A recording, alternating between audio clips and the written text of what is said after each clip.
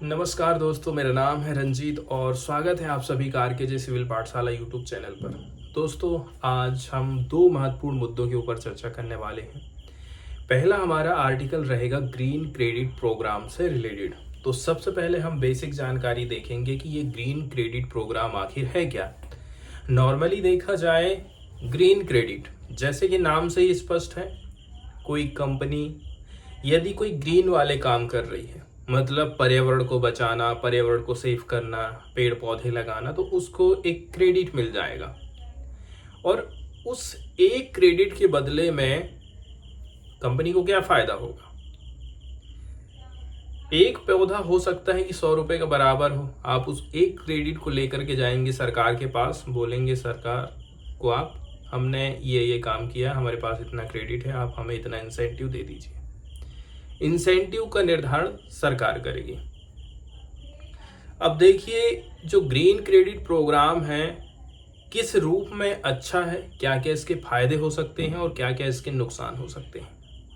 Green credit programme के बारे में यहाँ पर हम थोड़ी सी डिटेल में जानकारी देखने वाले हैं।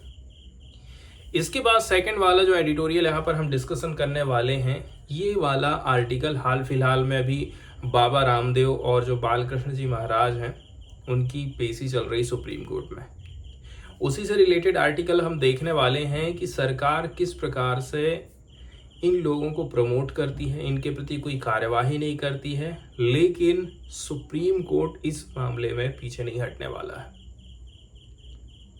अब कोरोना के टाइम में आप ये बोलोगे कि गाय के पेशाब से कोरोना का मरीज ठीक हो जा रहा है, मतलब ऐसी ऐसी चीज़ों के विज्ञापन आप दे रहे हैं जिनका कोई वैज्ञानिक पुष्टिकरण ही नहीं है, और सरकार भी कुछ ना बोले, कुछ कार्यवाही भी ना करे, तो जाहिर सी बात है ऐसे मामले में सुप्रीम कोर्ट को सामने आना ही पड़ेगा। तो दो महत्वपूर्ण एडिटोरियल हम देखेंगे, इसके बाद द हिंदू की कुछ महत्वपूर्ण खबरों को हम उठाने वाले हैं। तो चलिए दोस्तों, चलते हैं पहले एडिटोरियल की तरफ, जो कि ग्रीन क्रेडिट प्रोग्राम से रिलेटेड है।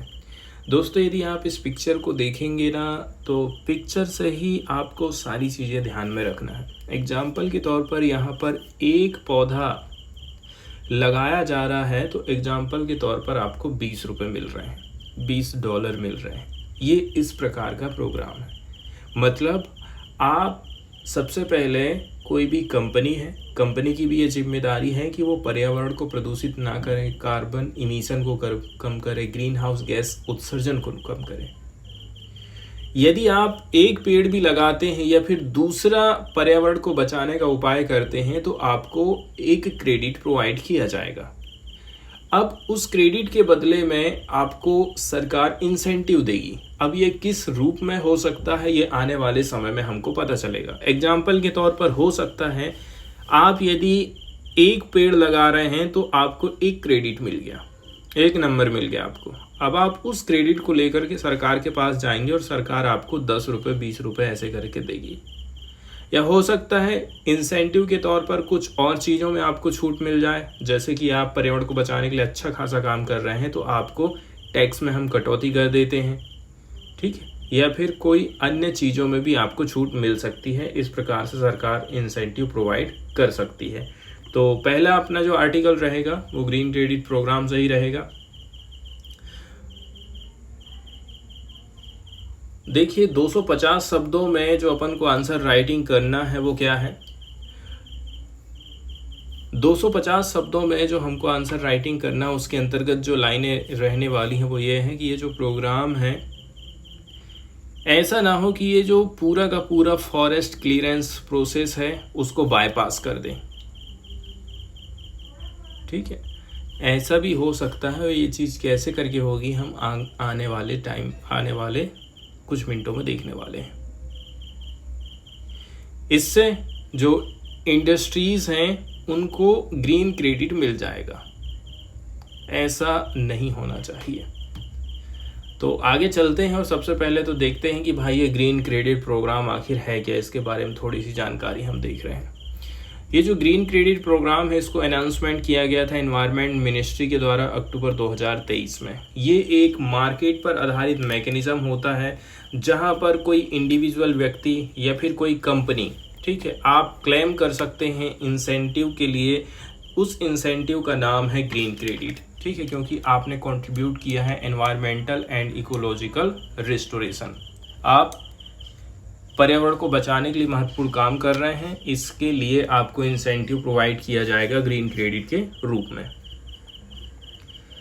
वहीं देखा जाए तो इसको लेकर के कुछ क्रिटिसिज्म भी किया जाता है, ठीक है, कि हो सकता है इस प्रकार की जो इनिशिएटिव हैं इसका इस्तेमाल किया जा सके एग्जिस्टिंग लॉज के लिए, particularly those that deal with forest conservation. Example के तौर पर कोई कंपनी है, ठीक है, वो फॉरेस्ट कंजर्वेशन से रिलेटेड डील कर रही है, उसको इतना सारा एरिया को साफ करना है या किसी भी प्रकार से उसको नष्ट कर रही है वहाँ के पेड़ पौधों के, और कुछ और चीज़ वहाँ पे स्थापित कर रही है। एग्जाम्पल के तौर पर फॉरेस्ट वाले एरिया में यदि वो कोई डेवलपमेंट का काम कर रही है और वो क्या कह दे इसके बदले में कि आप हमें ग्रीन क्रेडिट दीजिए क्योंकि हम इसके बदले में नए पेड़ पौधे लगा रहे हैं। तो एक प्रकार से ये ऐसा नहीं होना चाहिए कि कंपनी के लिए एक प्रकार से बचने का रास्ता अवेलेबल हो जाए। आगे हम बात करते हैं कि ये जो ग्रीन क्रेडिट प्रोग्राम है, क्या ये इंडिया के फॉरेस्ट के लिए मददगार साबित हो सकता है। तो जो ग्रीन क्रेडिट प्रोग्राम है ये एक मार्केट पर आधारित इंसेंटिव मैकेनिज्म होता है एंड यहाँ पर 6 या फिर 7 सेक्टर बनाए गए हैं। इसमें फॉरेस्ट एंड वेस्ट मैनेजमेंट को भी शामिल किया गया है, लेकिन यहाँ पर एग्जांपल दिया जाता है फॉरेस्ट मैनेजमेंट को लेकर के ही। लेकिन यहाँ पर काफ़ी नैरो व्यू हमको देखने को मिलता है कि यदि आप खाली प्लांटिंग करें ट्रीज को और आप अर्न करें क्रेडिट को, it has missed out on several other aspect of the ecosystem. लेकिन खाली पेड़ पौधे लगा देने से ही आप पूरे इकोसिस्टम को नहीं बचा सकते हैं। सबसे पहले हम बात करते हैं कि यदि पेड़ पौधे लगाए जा रहे हैं तो वो किस रूप में हानिकारक भी हो सकते हैं, एफॉरेस्टेशन जिसको बोला जाता है। इसमें जो गाइडलाइन आई हैं कि भाई हम इंसेंटिव प्रोवाइड करेंगे, तो इंसेंटिव जो दिया जाना है, इसमें जो गाइडलाइन जारी करी गई हैं कि हम यदि आप डिग्रेडेड फॉरेस्ट लैंड को रिस्टोर करते हैं तो इंसेंटिव प्रोवाइड किया जाएगा उस कंपनी को। एंड बोला जा रहा है a forest can degrade for a variety of region, natural and man made. जो जंगल है वो कई कारणों से डिग्रेडेड हो सकता है, ठीक है, कई कारणों से बर्बाद हो सकता है, जैसे कुछ प्राकृतिक कारण भी हो सकते हैं और कुछ कारण हो सकते हैं इंसानों के चलते चलते। अब किस प्रकार से यहाँ पर फार्मूलेशन सरकार की तरफ से तैयार किया जा सकता है, इसके बारे में यहाँ पर थोड़ी सी चर्चा होने वाली, तो उसको हम देख लेते हैं। एग्जाम्पल के तौर पर यदि हम बात करें, जैसे कि जो गवर्नमेंट है वो इंसेंटिवाइज कर सकती है कंपनी को, कहेगी कि आप एक पौधा लगाते हैं तो आपको 100 रुपये का इंसेंटिव देंगे, या फिर आपको कैपिटल सब्सिडी मिल सकती है सोलर प्लांट के लिए। मतलब ये एक मार्केट बेस्ड इंसेंटिव अप्रोच है and there has to be a demand and supply side. ये चीज़ तो ज़रूर है, लेकिन यहाँ पर भी डिमांड एंड सप्लाई का नियम लागू होता है, ऐसा राइटर का कहना है। मतलब ये जो प्रोग्राम है मांग और आपूर्ति पक्ष वाला होना चाहिए। आगे हम बात करते हैं,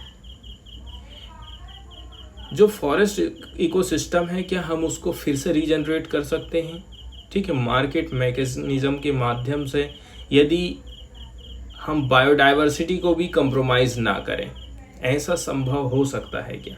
तो इसके देखिए 2 पहलू हैं। पहले नंबर की बात यह है कि कहाँ पर आप प्लांटेशन का काम कर रहे हैं, दूसरे नंबर की बात यह है किस प्रकार से आप प्लांटेशन का काम कर रहे हैं। मतलब राज्य सरकारों को सबसे पहले तो अपने जो क्षेत्र है उसमें नष्ट हुए वनों की पहचान करना जरूरी है कि कौन से एरिया में पेड़ पौधे काटे गए हैं और कहाँ कहाँ पर लगाने की हमको ज़रूरत है। अगली चीज़ जो ध्यान रखना है वो है वन विविधीकरण की, फॉरेस्ट डाइवर्सिफिकेशन जिसको बोला जा रहा है, ठीक।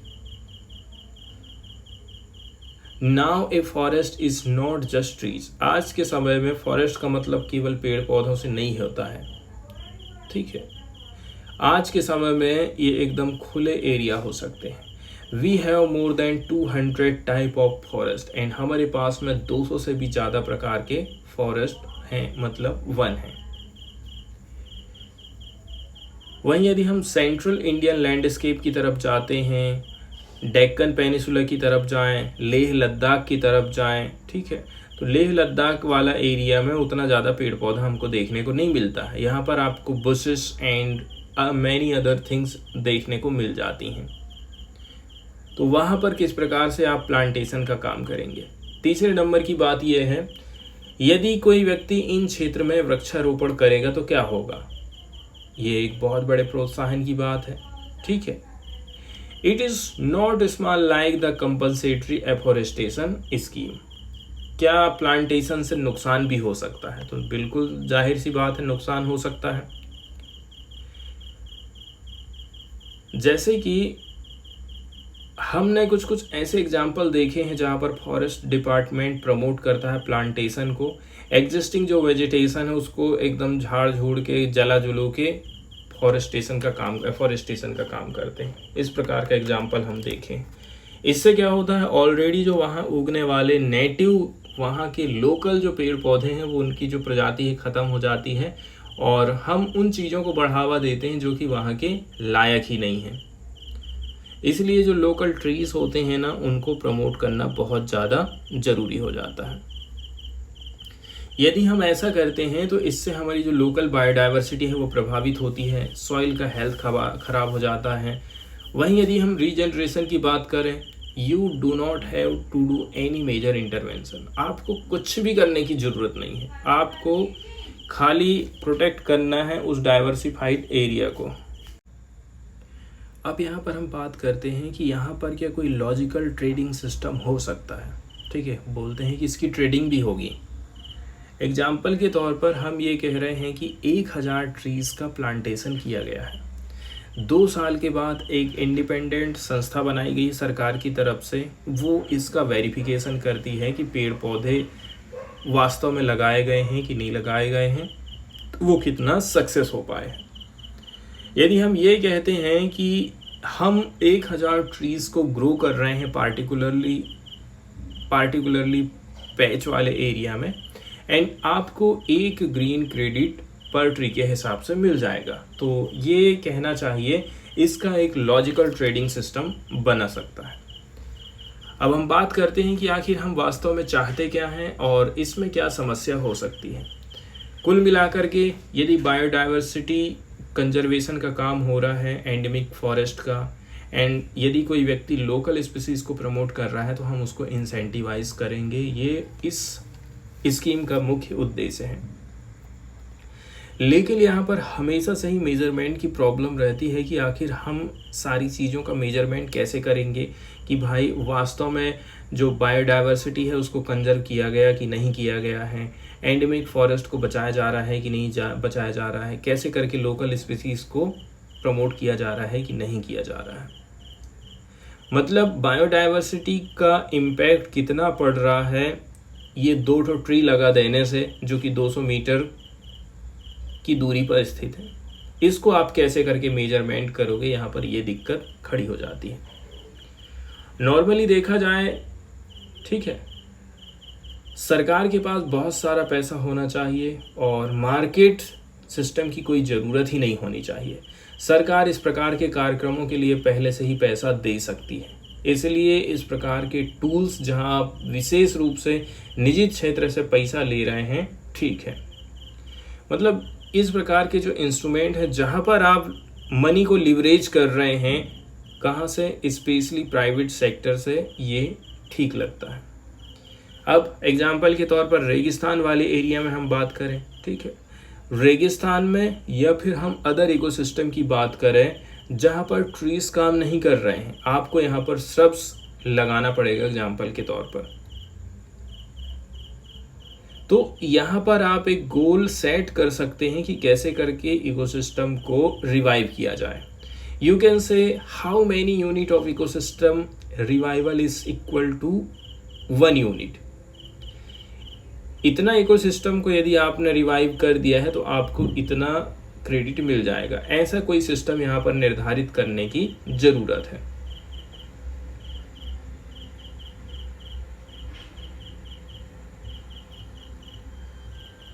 एक चीज और यहाँ पर बोली जाती है कि क्या ये जो स्कीम लाई गई है वो अदर स्कीम के साथ में क्लैशेस उत्पन्न कर सकती है। ये यहाँ पर काफ़ी इम्पोर्टेंट हो जाता है। लेकिन एक जो इम्पोर्टेंट एस्पेक्ट है वो ये है, ठीक है, कि क्या ये जो ग्रीन क्रेडिट प्रोग्राम है ये जो मैंडेटरी कॉम्प्लायंसेस है उनसे किसी कंपनी को छूट दे देगा, क्योंकि यहाँ पर भी हो सकता है। जैसे कि forest clearances, the guidelines say that green credit earn from this condition can be used while applying for forest clearance. सरकार कह रही है कि आपके पास में इस प्रकार के ग्रीन क्रेडिट हैं तो आपको फॉरेस्ट क्लियरेंस भी मिल जाएगा। मतलब कंपनी कहीं के पेड़ पौधे काटना चाह रही है तो वो फिर काट सकती, क्योंकि उसके पास में ग्रीन क्रेडिट अवेलेबल है। इसलिए तो कहते हैं ये जो स्कीम है फॉरेस्ट कंजर्वेशन एक्ट के साथ में इसका क्लैश चलता है, क्योंकि यहाँ पर फॉरेस्ट की कोई निश्चित डेफिनेशन ही नहीं है और ना ही डिग्रेडेड फॉरेस्ट आखिर है क्या, इसकी भी कोई डेफिनेशन आप बता ही नहीं पाएंगे कि ये वाला एरिया फॉरेस्ट का है, ये वाला फॉरेस्ट का नहीं है, ये डिग्रेडेड फॉरेस्ट है ये अच्छे फॉरेस्ट है। यहाँ पर ये चीज़ प्रॉब्लम करती है।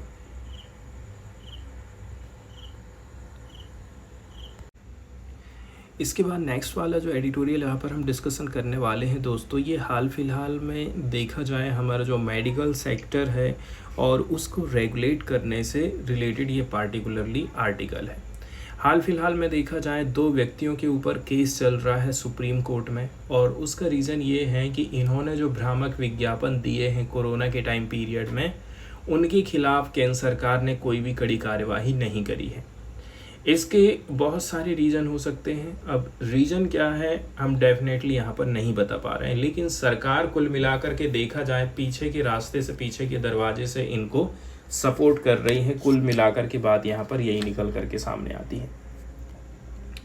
तो पतंजलि आयुर्वेद और उसके लीडर आचार्य बालकृष्ण और बाबा रामदेव के खिलाफ मामले की सुनवाई कर रही है एक पीठ, जिसके मुखिया हैं जस्टिस हिमा कोहली। इन्होंने 23 अप्रैल को कहा कि इस प्रकार से सरकार कब तक सोती रहेगी, संघ को खुद को सक्रिय करना चाहिए।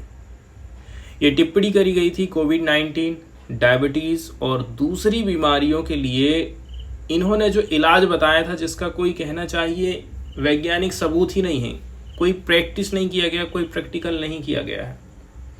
बिना किसी प्रूफ के ये लोग क्या काम कर रहे थे, अपनी दवाई को बेचने की कोशिश करने वाले विज्ञापन छाप रहे थे। तो इस कंपनी के खिलाफ सरकार के द्वारा कोई कार्रवाई नहीं किए जाने के संदर्भ में इनकी सुनवाई चल रही है। सुप्रीम कोर्ट ने उस रिपोर्ट का भी संज्ञान लिया था जिसमें कहा गया है कि नेस्ले द्वारा भारत में बेचे जाने वाले बेबी फार्मूला में उसके द्वारा यूरोप में बेचे जाने वाले इसी उत्पाद के मुकाबले ज़्यादा शुगर मिलाई जा रही है। नेस्ले की भी सुनवाई चल रही है, ऐसा नहीं है कि रामदेव बाबा ही बस घसीटे जा रहे हैं। नेस्ले के बारे में ये आरोप लगाया जा रहा है कि यूरोप में ये कम शुगर मिलाती है और हमारे यहाँ पे ज़्यादा शुगर मिला दे रही है। तो ऐसे कैसे हो सकता है।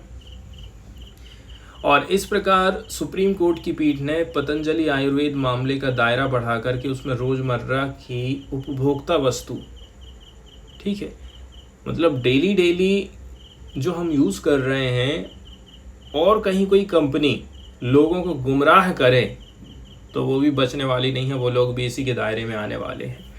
वहीं यदि देखा जाए भारत में गैर संचारी बीमारियों में उछाल दर्ज किया जा रहा है। क्यों?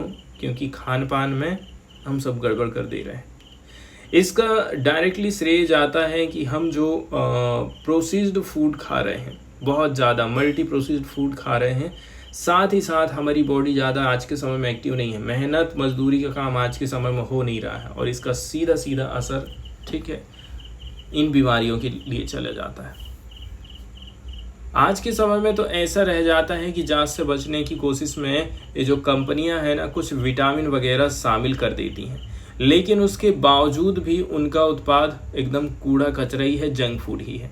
पिछले महीने सुप्रीम कोर्ट ने पतंजलि आयुर्वेद और अन्य कंपनियों से सार्वजनिक माफ़ी मांगने को कहा था, क्योंकि उन्होंने अदालत द्वारा रोक लगाने के बावजूद भी इस प्रकार के विज्ञापन जारी किए, एडवर्टीजमेंट जारी किए। सुप्रीम कोर्ट ने माफ़ी के बहुत छोटे विज्ञापन प्रकाशित कराने के लिए इनको खूब लताड़ा है। अभी इसे लेकर कुछ अनिश्चितता है कि अदालत ताज़ा माफ़ी को एक्सेप्ट करेगी कि नहीं करेगी। ठीक, यही गड़बड़ है।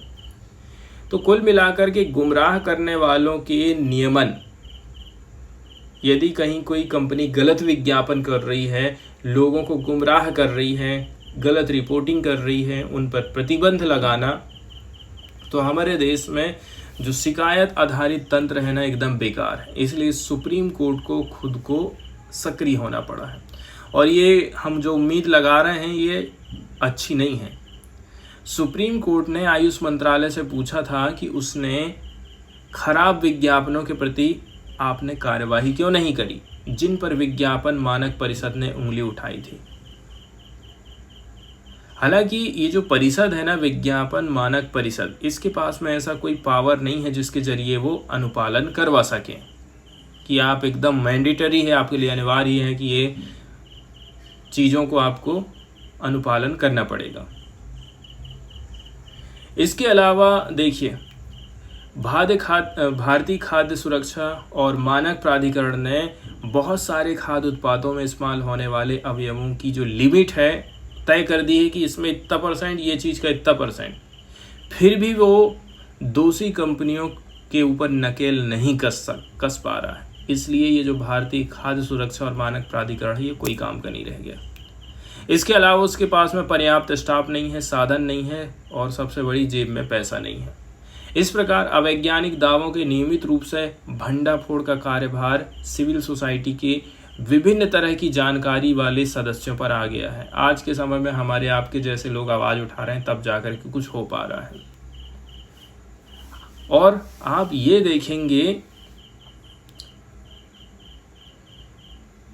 ये देखेंगे कि प्रतिशोधात्मक, महंगी और थकाऊ कानूनी कार्रवाई को भी फेस करना पड़ जा रहा है, क्योंकि आज के समय में कोर्ट जाना मतलब चक्कर लगाना और जेब से आपका पैसा जाना, ये दो चीज़ एकदम जुड़ी हुई है। तो इस प्रकार की कंपनियों की जो मार्केटिंग हो रही है ना, इनको तुरंत रोकना चाहिए, तुरंत एक्शन इनके ऊपर होना चाहिए। इसके अलावा पोषण से जुड़े जो झूठे विज्ञापन आप कर रहे हैं, ये होना नहीं चाहिए। साथ ही साथ भारत की एनसीडी को लेकर के चिंता और लोगों के लिए उपलब्ध खाद्य पदार्थों के बीच अलगाव बढ़ रहा है। लेकिन अदालतों को कानून की सिर्फ समीक्षा करना है, ना कि उनका संचालन करना है। मतलब हम सुप्रीम कोर्ट से ये उम्मीद कर सकते हैं कि वो अपने सामने आए मामलों में इन कंपनियों के खिलाफ तुरंत और मिसाल पेश करने वाली कार्यवाही करेगी, और सरकार से जुड़ी शक्तियों का अति उत्साही अतिक्रमण ना करे। मतलब ये भी उम्मीद रखते हैं कि गवर्नमेंट की जो पावर है वो गवर्नमेंट के पास ही रहे।